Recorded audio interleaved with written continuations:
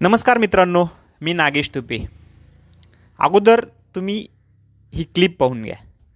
कुटुंबियाला जर धक्का लागला तर धनंजय मुंडेला रस्त्याने सुद्धा फिरून देणार नाही। आमचा एक भाऊ गेला, तो आता आम्ही सहन केला।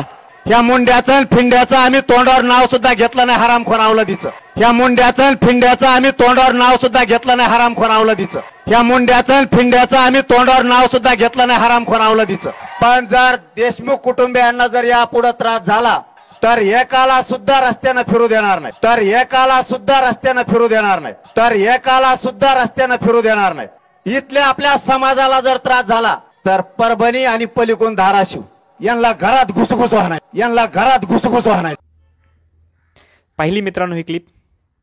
यामध्ये धनंजय मुंडे यांच्यावरती डायरेक्ट शिवीगाळ भाषेमध्ये जरांगे पाटील हे बोलत आहेत। मित्रांनो, जर आपल्या भाषणामुळे दोन समाजामध्ये तेढ निर्माण होत असेल तर आपण असे भाषण करणं गरजेचं नाही।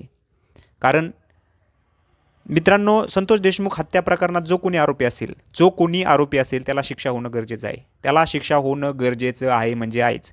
आपण त्याच्या विरोधात नाही आहेत किंवा आपण तो ह्या जातीचा आहे त्या जातीचा आहे म्हणून त्याला शिक्षा व्हायला नको याच्या पण विरोधात आहोत।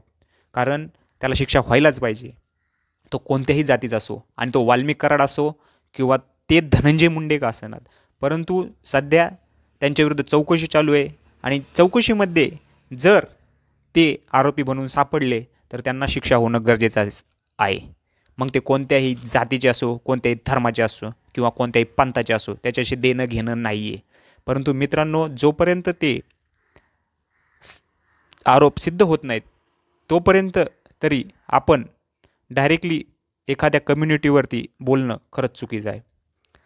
यातच कालच्या भाषणामध्ये ज्यावेळेस मनोज जरांगे पाटील यांनी डायरेक्टली धनंजय मुंडे यांच्यावर चिखलपक केली, कारण एवढ्या मोठ्या नेतृत्वाने एका कम्युनिटीला रिप्रेझेंट करत असणाऱ्या एका सुसंस्कृत अशा मोठा वारसा लाभलेल्या जातीला आपण रिप्रेझेंट करत आहोत। आणि मराठा म्हणजे फक्त जात नाही तर ती एक मोठी कम्युनिटी आहे, अशी कम्युनिटी जिला खूप मोठा वारसा लाभलेला आहे। आणि त्यामध्ये जर तुम्ही अशा भाषेमध्ये बोलत असाल तर हे कदाचित माझ्यासारख्या सामान्य नागरिकाला कदाचित पटत पण नाही। त्यामुळे पाटलांनी यापुढे बोलताना निदान थोडंसं तारतम्य बाळगून आणि थोडंसं विचार करून बोलणं खरंच गरजेचं आहे। एवढंच मी या व्हिडिओच्या माध्यमातून सांगतो। आणि जर माझे बोल कुणाला आवडले नसतील तर त्यांनी कमेंटमध्ये मला बिंदास शिव्या देऊ शकतात। कारण असा जर जातीय संघर्ष जर पेटवला जात असेल तर याबद्दल बोललं कधीही चांगलं।